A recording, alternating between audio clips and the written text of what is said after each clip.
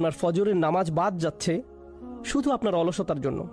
আপনার ক্রোধ এক ধরনের জাহালা, যখন আপনি আপনার পিতামাতার উপরে নিজের কণ্ঠকে উঁচু করেন। আপনার চোখের সামনে যখন কোনো খারাপ ছবি আসার পরেও আপনি টিভির চ্যানেল পাল্টাতে পারেন না, বুঝে নেবেন সেটাই জাহালা। আল্লাহ তাআলা বলেন, বান্দা যখন নফসের প্রতারণার শিকার হয়ে খারাপ কাজ করে ফেলে, তারপর নিজের মনে ওই কৃতকর্মের জন্য অনুশোচনা জাগে, সুম্মা ইয়াতুবুনা মিন করিব। প্রসঙ্গক্রমে এখানে লক্ষণীয় বিষয় হলো সু শব্দটি একবচন, সুম্মা ইয়াতুবুনা মিন করিব এটি বহুবচন না। পাপ কাজটি করার সাথে সাথেই তারা আল্লাহর দিকে ফিরে আসে। পাপে জড়িয়ে পড়লে নিজেকেই আপনার নোংরা মনে হয়, নিজের প্রতি বীতশ্রদ্ধ হয়ে পড়েন, ক্রোধে ফেটে পড়েন, অথবা কখনো কখনো আশাহত হয়ে বলে ফেলেন, আমার সব আশা শেষ হয়ে গেল, আল্লাহর কাছে ফিরে গিয়ে কি লাভ। কিংবা ভাবেন, এখন আর তওবা করে কি লাভ হবে, এখন তো আল্লাহর সাথে কথা বলার কোনো অবস্থাই নেই আমার। খুবই বিব্রতকর অবস্থা। আল্লাহ বলছেন, এটা তওবা না। সত্যিকারের তওবা হলো যখন আপনি সিদ্ধান্ত নিয়েছেন আপনি আল্লাহর বিধান সজ্ঞানে আর লঙ্ঘন করবেন না, অথবা প্রকাশ্যে বা আপনার লাইফস্টাইল হিসেবে আর আপনি পাপ কাজে জড়াবেন না। তাই বলে আপনি তো ফেরেশতা না, মানুষের ভুল হতেই পারে। আবার ভুল হলে সাথে সাথে আপনি আল্লাহর কাছে বিনম্র চিত্তে ফিরে আসুন, আল্লাহর কাছে ফিরে আসুন। সুম্মা ইয়াতুবুনা মিন করিব।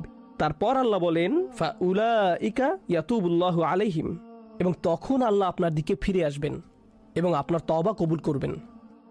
আমার ও আপনার জন্য কথাটা অত্যন্ত গুরুত্বপূর্ণ। আমরা কখনো তওবা থেকে নিজেদের বিমুক্ত রাখতে পারবো না, কারণ আমরা কখনো গুনাহ থেকে মুক্ত হতে পারি না। প্রতিদিন আপনার জীবনে এমন কিছু ঘটবে যার জন্য আপনি অনুতপ্ত হবেন। মনে রাখবেন, সত্যিকার মুমিন তারাই যারা তাদের ভুলগুলো বুঝতে পারে। পাপ থেকে সর্বতরূপে বেঁচে থাকা অসম্ভব, কারণ খারাপ কিছু আমাদের সাথে যে কোনো সময় হতে পারে।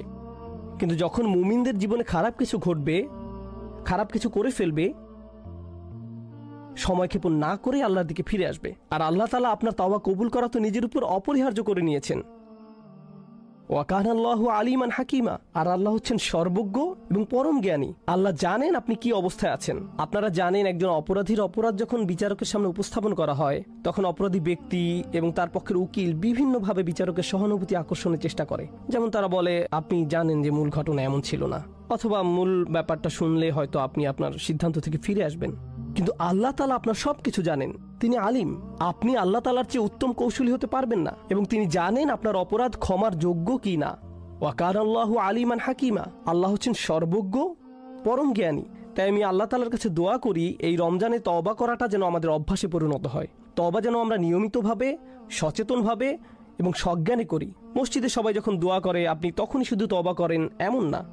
গাড়ি চালানোর সময় তওবা করবেন, গাড়ি চালানোর সময় তওবা করবেন, কারণ আপনি এমন কিছু দেখছেন যা আপনার দেখা উচিত না। আপনার কান দিয়ে এমন কিছু শ্রবণ করছেন যা আপনার শোনা উচিত হয়নি, অথবা এমন কোনো আড্ডার মাঝে আপনি উপস্থিত ছিলেন যেখানে যাওয়া আপনার উচিত হয়নি।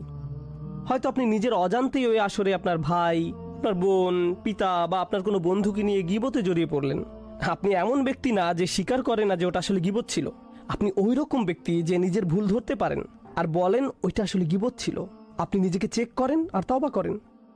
সাথে সাথে আমি আল্লাহর কাছে দোয়া করি, আল্লাহ তাআলা যেন আমাদের বেশি বেশি তাওবা করার তৌফিক দান করেন এই মাসে, এবং আমাদের সকল তাওবা যেন কবুল করেন। বারাকাল্লাহু লি ওয়া লাকুম। ওয়াসসালামু আলাইকুম ওয়া রাহমাতুল্লাহি ওয়া বারাকাতুহু।